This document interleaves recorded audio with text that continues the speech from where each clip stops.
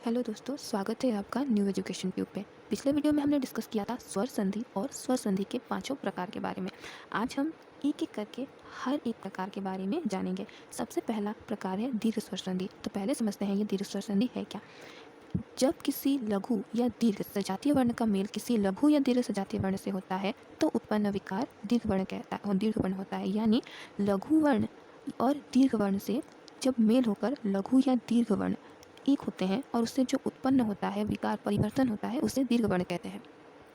तो पहले समझते हैं सजातीय वर्ण है क्या। सजातीय वर्ण यानी एक ही जाति के, यानी आ ई उ। जब अ और अ से मेल होता है तो हमारा वर्ण आ होता है। जब ई और ई का मेल होता है तो हमारा बड़ी ई वर्ण उत्पन्न होता है, और जब उ दो उ मिलते हैं तब बड़ा उ वर्ण उत्पन्न होता है। इसे हम सजातीय वर्ण कहते हैं। तो हम समझते हैं ये दीर्घ स्वर संधि किस तरह से दीर्घ वर्ण उत्पन्न करते हैं। जब लघु और लघु वर्ण का मेल हो तब हमारा दीर्घ वर्ण का उत्पत्ति होती है। जब दीर्घ और दीर्घ वर्ण का दीर्घ वर्ण से मेल हो तो हमारा दीर्घ वर्ण की उत्पत्ति होती है। जब लघु और दीर्घ वर्ण मेल होते हैं तो भी दीर्घ वर्ण की उत्पत्ति होती है, और जब दीर्घ या लघु वर्ण की मेल होते हैं तो भी दीर्घ वर्ण की उत्पत्ति होती है। अब हम समझते हैं उदाहरण से कि कैसे दीर्घ या लघु, लघु या दीर्घ, या फिर लघु और लघु वर्ण से किस तरह दीर्घ वर्ण में कोई भी वर्ण परिवर्तित होता है। जैसे हमने यहाँ लिखा महा प्लस आत्मा।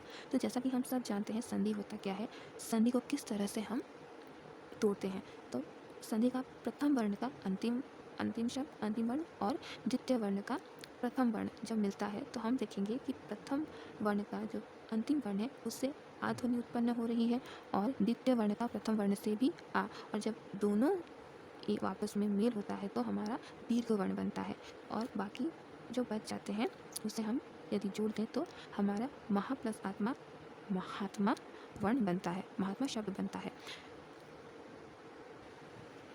अब हम इसे प्रैक्टिकली समझते हैं। जैसे हमने लिखा अ लघु वर्ण और दीर्घ वर्ण, और यहाँ हमने लिखा लघु वर्ण और दीर्घ वर्ण और लघु वर्ण। तो जब लघु वर्ण से मेल हुआ म ह मेल हुआ तो यह म और